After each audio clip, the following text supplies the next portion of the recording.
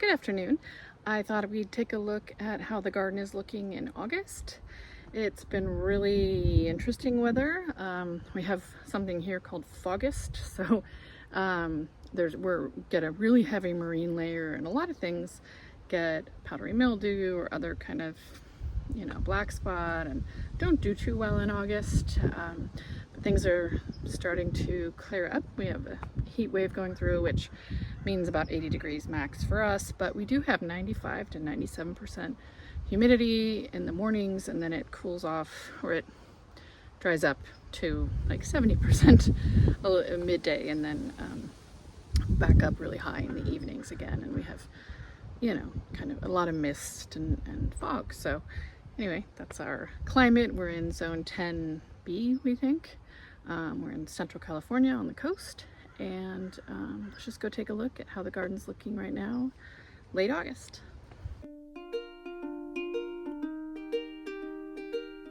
Not even in the garden yet here, but I like looking through this little window here through the citrus orchard to the, well, what's the volleyball court there beyond, but I just think it's so peaceful, the whites and greens and the light pink.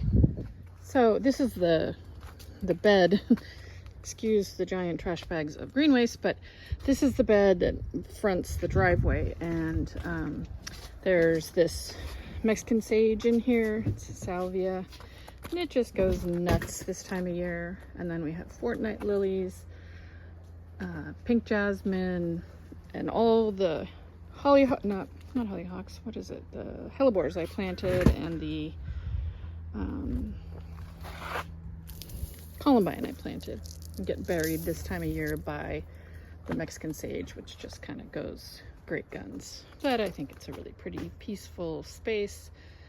Gets morning sun and then afternoon shade, and I don't often look at this space on videos. Up in here under the tree we have peppermint pelargonium, which is a peppermint scented geranium. It's really a neat plant. It's really taken over kind of there. And I do have one little panicle hydrangea over there that will be bigger next year. But that's the little look here at the front driveway bed that I did work on it a lot this last year.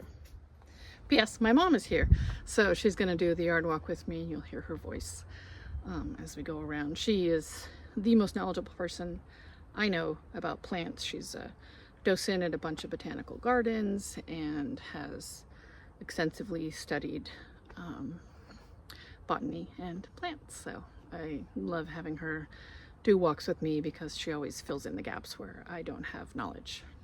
I also like this area. This is our street, one of our street frontages, and I think it's looking particularly pretty right now.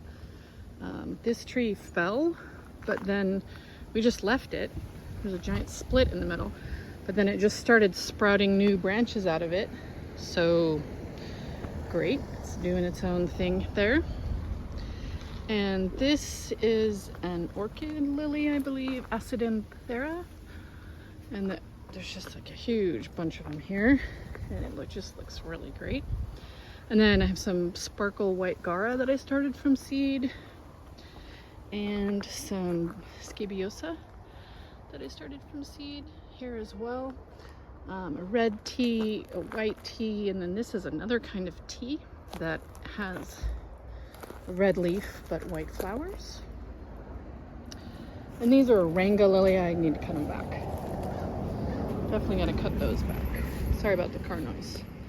And then up toward the corner, this is all just Indian hawthorn. But I think it's turning out really nice over here. The only thing that was here when we moved in was the Indian hawthorn. And we're not exactly sure what kind of tree this is. It's not a maple, maybe it is. And then this beautiful tree here, I use it a lot in cut arrangements as a green filler, is a type of acacia. So there's a bright yellow flower, and then the leaves are this purple and blue. So it's really cool. We also have currently the Matilaha poppies. They're a little bit past their prime, but let's find a good one. They are really a striking flower when they're all in bloom. I also have a lily in here that's got a dark burgundy center. And here's a closer look at this acacia. Isn't that stunning? It's just unreal, the color of these leaves.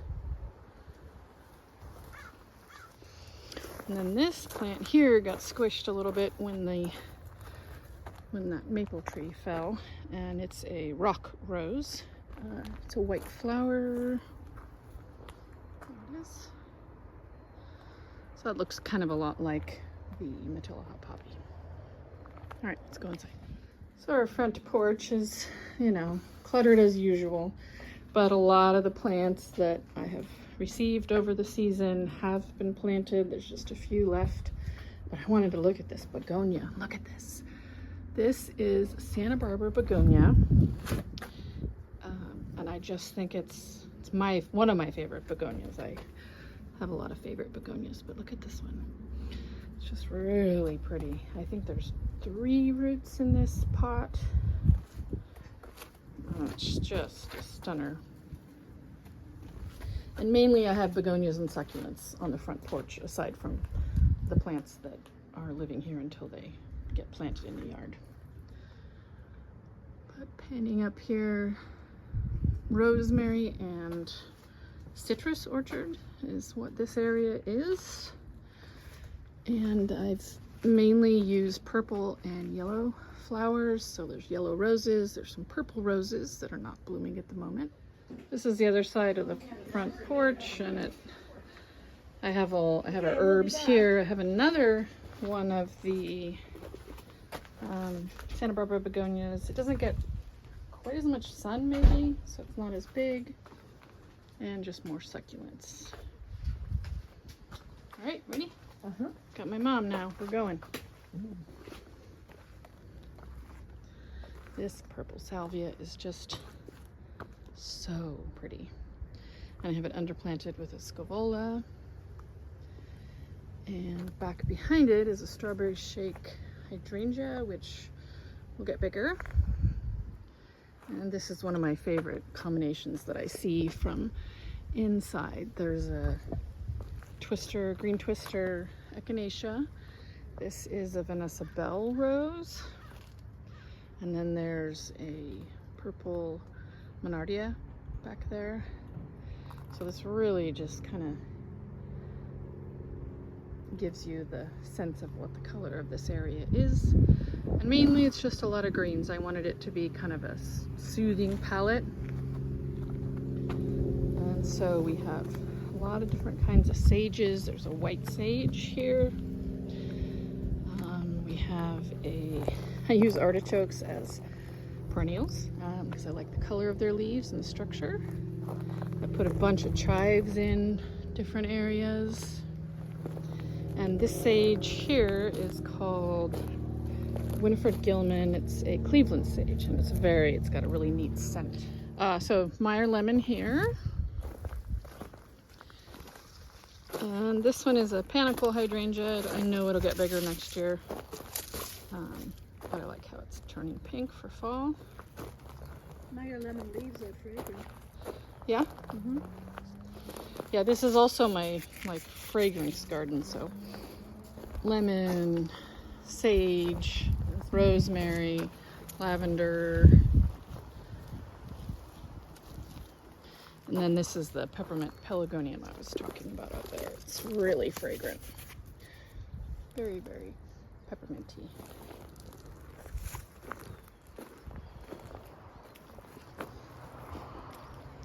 It's changed a lot in the last few years. The citrus are getting bigger and blueberries are getting bigger. This is the blueberry patch. And we do have another tree branch or two down over here. So we can't get through the path that way right now. Good grief. Yeah, that tree is really flimsy. Very flimsy. So we'll deal with that another time. There's our mulberry. Look, we have mulberries on it. Look, mulberries. They're turning pink. Ooh. black one. They're not bad. Not bad at all. They're not great. So along here, echinacea. This is white clary sage. This is a Desdemona rose, I believe. I have some larkspur. Finally, I've been trying to start that one forever. Back there. Purple snapdragons, Agasaki, or Anise hyssop. Anise hyssop. Lavender.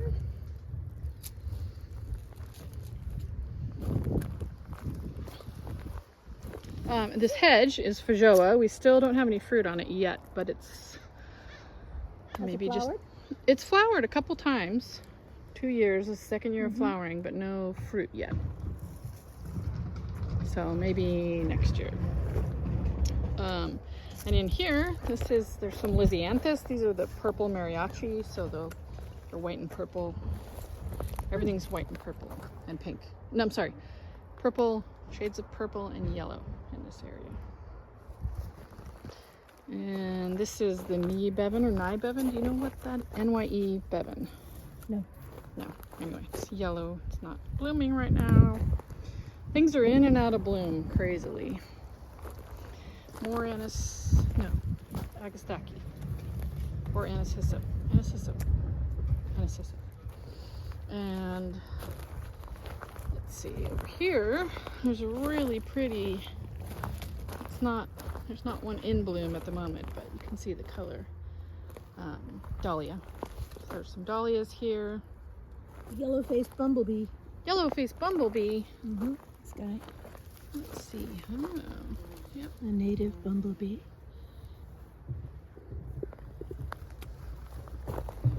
Good pollinator. Yep. They're busy here. More There's more. yellow-faced bumblebees. They fall asleep. They love this. Monardia. Monarda? Monardella. Monarda? Coyote mint? Sure. I don't know. Bee balm. Oh. Appropriately named. And then there's some cosmos that are starting to show up, and some more echinacea. Definitely got some caterpillars eating pretty much all of the petals of the echinacea. This is a pink and white clary sage. Ooh. Started from seed. Oh. Yeah. Yeah. Does it have the smell? Very good. All right. Heading on this way toward the orchard. This is the stone fruit orchard over there. And you can't really get through to the veggie bed right now. But we'll do it. Just watch your step. Don't trip on that. Yikes. Ooh, you're not doing that. I'll meet you on the other side. The blackberry, the wall of blackberries is doing great. We have some blackberries way up there. Look at these apples. Yep, the apples are doing great over there. And this is my asparagus. Finally, I got an asparagus to show it to work. So I have carrots and tomatoes and asparagus in this bed, and some kale left over. This was sweet peas, sugar snap peas. I flipped it over. Now my husband's joined us. I'm sorry. It's okay. This is Rose of Sharon, purple Rose of Sharon. Let's look at this. Look, blackberries, giant blackberries. Yeah, this is the second push of them. So we have yellow tomatoes here and red cherry tomatoes. We tend to eat cherry tomatoes more than anything. And our strawberry towers are doing great. Look at that strawberry. Oh my word, look at this strawberry. It's like an apple. It is the biggest strawberry I think we've ever grown. Nobody's looking. I'm alone in this. Oh well. Somebody will appreciate it. We have one little baby watermelon over there and the banana trees. So I was right in thinking that placing things against this window would reflect heat and things would do better, and I wouldn't get as much powdery mildew on squash and things like the bananas and melons. So they're doing better this year. So turning back around here, we'll go up into the orchard, and there's Aaron. Hello. He's gathered us some strawberries. Ooh, this one looks a little eaten here, so I'm gonna toss that one. Okay. Ooh, that one's got a hole in it too. We'll give them to the chickens. Chickens. Good idea. So the orchard, this is the stone fruit orchard, and it's all pinks, whites, and purples. So there's lavender, oregano, roses back there, catmint, cosmos, dahlias, hydrangeas. This is gomphrena. A lot of it, most of it I started from seed. And it's maybe time to cut back catmint, but the birds really like it. Like I'll come out here and there'll be a flock of sparrows. What would they be? House finches? Finches on it. And you can see the apples beyond on the tree. We do bag most of our fruit so that we get it rather than the critters. But here's one of the catmints. This is one little catmint plant. You'll buy it at the nursery, and it's about 6 inches tall, and then it turns into this huge thing. Soon I'll cut it back, and then it's perennial, and it comes back every year and is huge every Meanwhile, year. it's a feeder for finches. Yeah, meanwhile finches come and eat it. And this I think is a really pretty straw flower, a yellow one. And oops, this dahlia is called Breakout. And I seem to have a ton of these ones, even though I was trying to get others. I seem to mainly have Breakout left. So there's some poor man's rhododendron or impatiens arborens. Tree patient. And then I've come in with hellebores and Virginia and Viola odorata. And then there's some more impatiens over here. This is a different kind. Looks more like an orchid to me. And these are columbines started from seed. Next year I know these hostas will be bigger. We just planted them this year. This is a phlox, the pink phlox grown from seed. And then the Japanese anemones are starting to bloom. And I use this is a tree that was very flimsy and we cut down, but they didn't get all the root ball. So we have it coming back. It's a type of eucalyptus, but I use it in arrangements, so that's what I use it for. And things don't spread as quickly here. Like this Japanese anemone is 3 years old and it hasn't spread at all. Because if we don't water, things don't grow.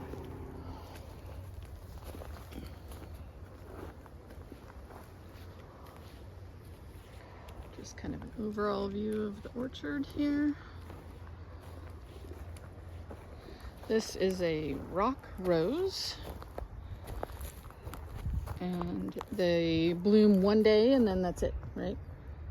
The flowers, so it's covered in buds and flowers, but they only bloom one day and then they're gone. This is a foxglove I grew from seed and it'll flower next year. They're biennial. This one is a pink flowering currant. It's going to go deciduous. It's going to go deciduous soon. But it's so covered in flowers in the spring. And this area is an area I worked on a lot last year. It still needs more here in the middle, maybe. But the guacamole hostas are blooming, and I like hosta blooms. I think they're pretty. And then there's more Japanese anemone in here. I thought I had the pink kind, but maybe it's white. And then this tree, I talk about this tree every time because it looks like a weeping willow, but it's a Australian peppermint tree. Mm-hmm. And it's evergreen, and it goes out and down. It's really drapey and pretty and architectural, and the flowers are white. I don't see any right now, but it has these little this is where the flowers, they come in long. The whole thing will have white flowers along it, so it's really pretty. And this is raspberries out here Too many raspberries. I have to cut them back a little bit. This Annabelle hydrangea is doing a little better this year. And then this was another big push this year to plant some things in this area. More hostas, the dressed up ball gown heuchera. And just take a look back this way at the tree and how it really kind of drapes over the walkway and makes it feel kind of magical. And this is the red raspberries over here. The other side is the gold raspberries.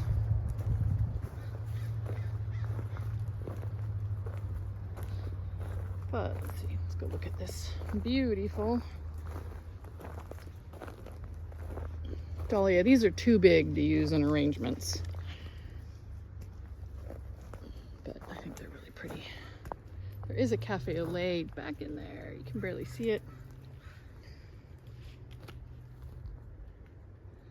And then, oh, look, see, here's one of the fall gold raspberries behind the... Nice. Is it good? Mm-hmm. So there's a few dahlias in here, one there, one over there. That one's a new stone fruit tree this year. And just see real quick if this dahlia has any big flowers on it right now. This one's called Labyrinth, and it doesn't look like any of them are open at the moment. But the cosmos are just starting, which is fun. This one's the seashells cosmos. See how it kind of looks like a shell. So it's fun. The orchard's a little more pink and white right now. There was a time last month when it was all purple. This side of this walkway is all native blackberry, and it's quite, it's delicious, but it's quite aggressive. So we need to take it back a little bit, maybe. Go this way up into the blue garden. So the blue garden, starting here, I do have some Japanese anemone, some hellebore, blues and purples in this area, and the stunner right now are the blue cornflower. They're just really kind of a fun look. This area, I did plant a lot more in it this year, but most of it isn't showing up at the moment. But the blue cornflower is definitely showing up right now. And down the stairs there's some cutting edge tiarella. That has been great. I got 3 more and planted them on the other side down below. I was hoping that these hydrangeas would get much bigger this year, but they didn't. Gonna have to fertilize them more. It's not very showy right now this time of year, but there are a few hydrangeas.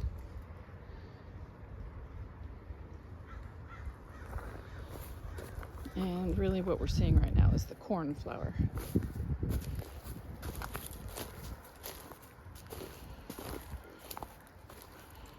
Head down this way. This is blue cerinthe, honeywort, blue honeywort. And there's one little flower on it. And then I have a blue sage,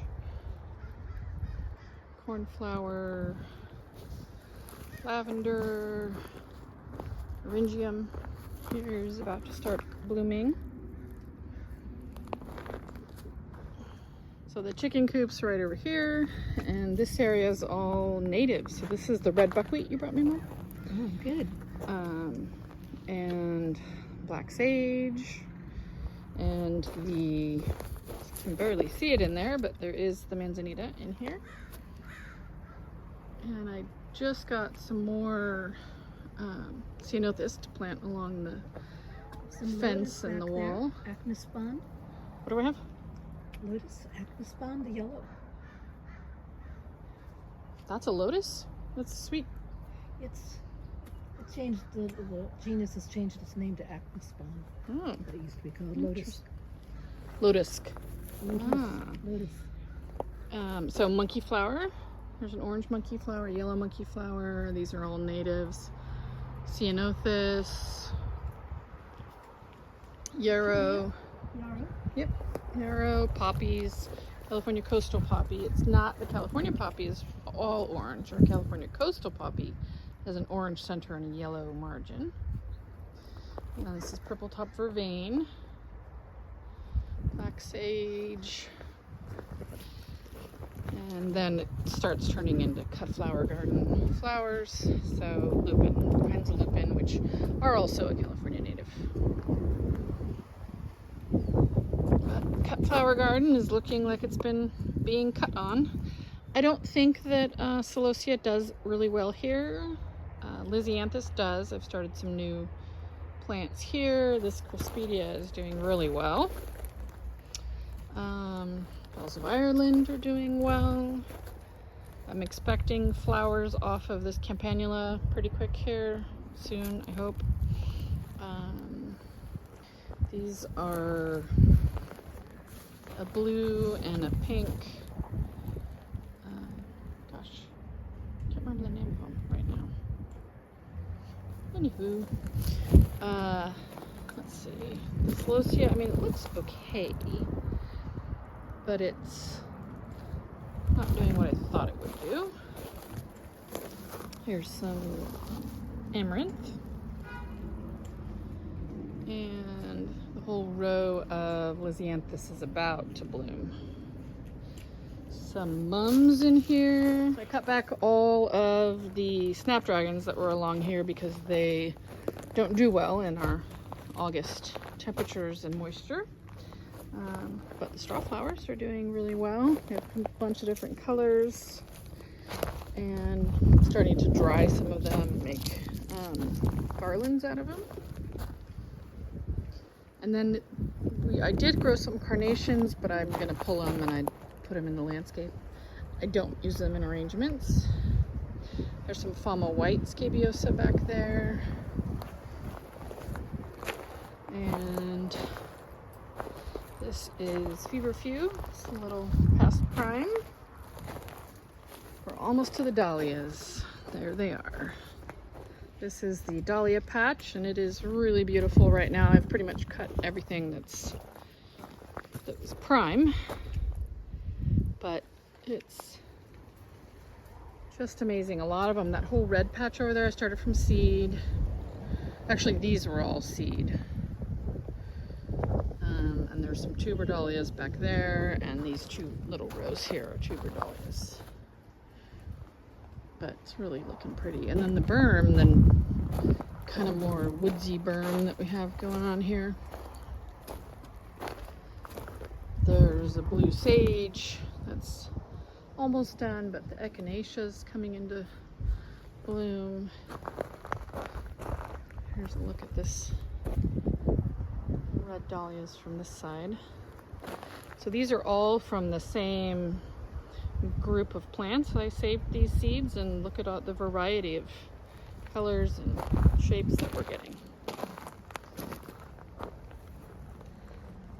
So this is looking really cool. This is some of the purple ball gown. Again, maybe not. Poppy. It's my table where I have the things I'm gonna plant. A bunch of natives.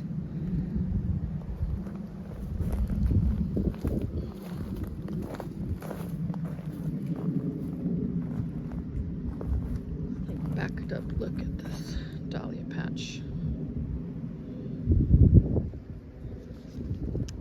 Alright, heading out of the cut flower garden. I planted hollyhocks on either side to kind of make a green gateway. And I think they're looking really pretty.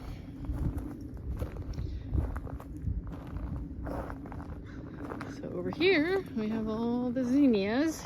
So I have a bunch of the aloes and stuff on the front porch. We're gonna go into this area here along this side, and in this area here, kind of a gateway of aloes. Look at the zinnias. Aren't they pretty? I've really been cutting on them heavily. butterflies there. Skippers. Skippers, Mm-hmm. the little orange ones. I haven't seen any monarchs yet. I saw one swallowtail in here, and I always find bumblebees asleep. Because do bumblebees not have a hive? They they nest in the ground individually. They're not sorted.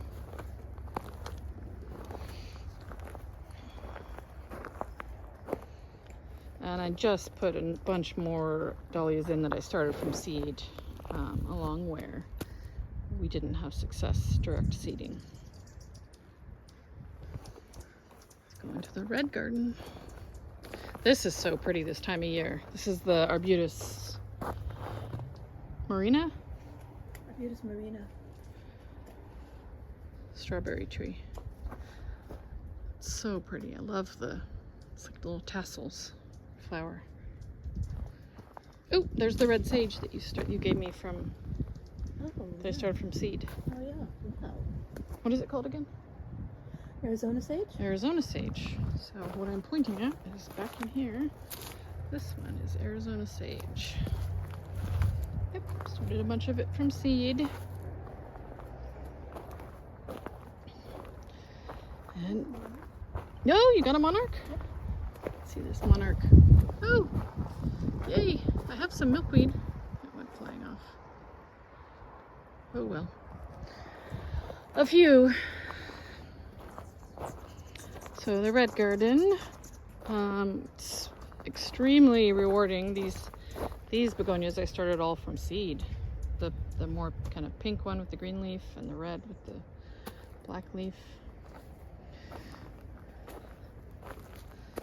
And this is balsam impatiens.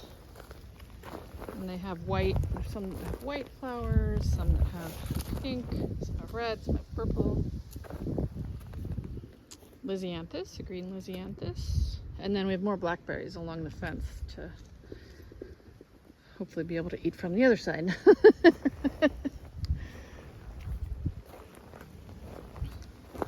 These are proven winners begonia that I got as plants. It's 5 plants in there, I think. Just really big impact. Oop, there goes the monarch. See it flying. Second one. Yep. And into my office garden, the dog's been bringing random things around like boxes and balls. This isn't looking that fun right now, really. We did just pull back. The ivy tends to grow out all the way on the ground, and so we just pulled it back over there, and it doesn't look that cool. But here's a green Lisianthus, started from seed. And this rose is Bring Me Sunshine. And the sedum is actually looking really cool. It's the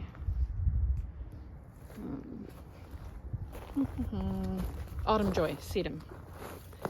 And orange dahlia. And then over here, little caterpillar eaten, but this is one of my favorite dahlias. It's called Totally Tangerine. The rose climbing there is a Bathsheba. This one is Fun in the Sun rose. And some Autumn Joy.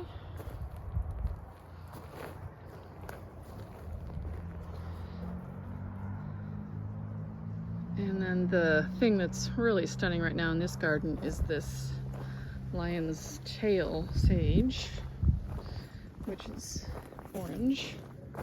Just really looks alien to me.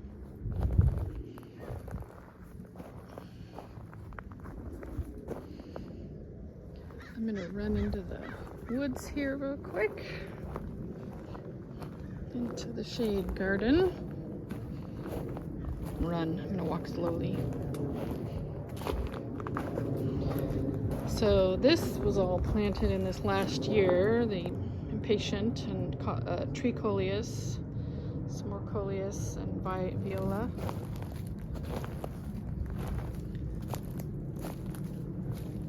I just love this space.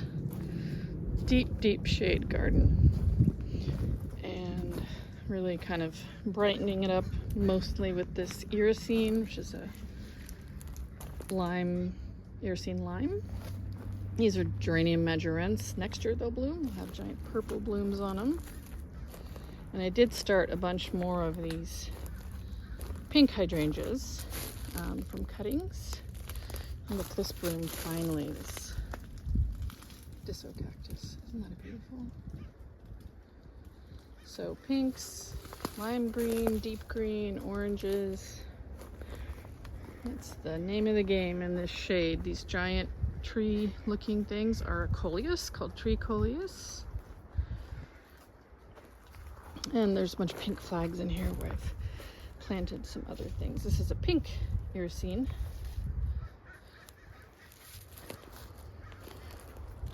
And I've got another, so those hydrangeas, pink hydrangeas that I grew from seed, not from seed, from cuttings I have over in here. Because I just think they have huge impact in this space. Very pretty. But mainly tree coleus, tree impatient.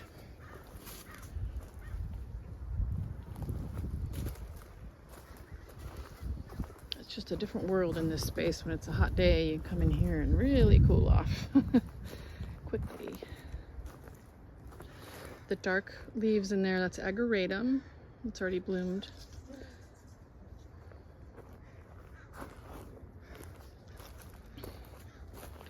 I head through the arbor here. It's really grown in the last year. This is a potato vine. It's always either green or in bloom. And I like using this as a like a filler in cut flower arrangements. So it lasts a long time. And along this side, really working on trying to bump up different kinds of color in here. There's climbing roses, so there's now 5 or 6 climbing roses. There's a kind of an off-white one there. I think it's Wollerton Old Hall. This is a Alnwick rose. It's not a climber. And this one's Lady Margaret,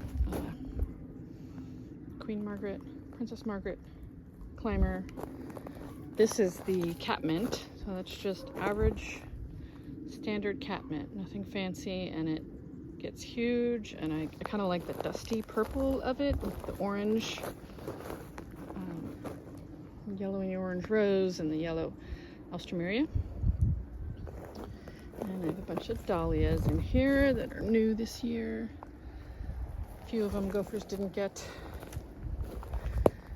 So then there's another climber,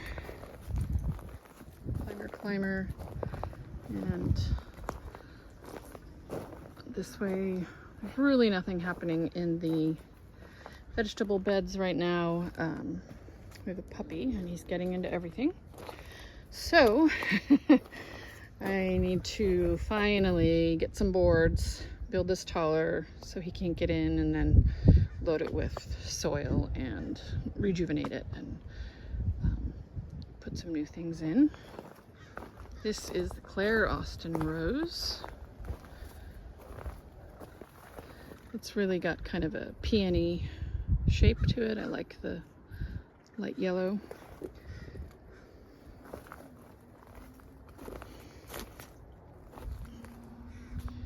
And the hedge, most of the hedge here is Catalina cherry. And then the grape vine on top is Rogers red grape.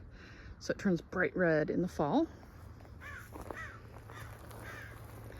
And we're back around. That does it. That brings us all the way back around for a look at what's happening in the garden in August. It's some parts are absolutely glorious and some parts are not looking that great. But I always show you the good and the bad, and you know, the dahlias and the zinnias are just stealing the show right now, of course, and the roses are coming back into bloom, so it's really pretty. And now we're getting some sunny days, less fog, and things are really starting to push new growth. And I'm excited. I love this time of year. I love the zinnias and the dahlias, so I'm having fun making arrangements out of those for the flower stand. So anyway, thank you for joining me, and I will catch up with you next time. Bye-bye.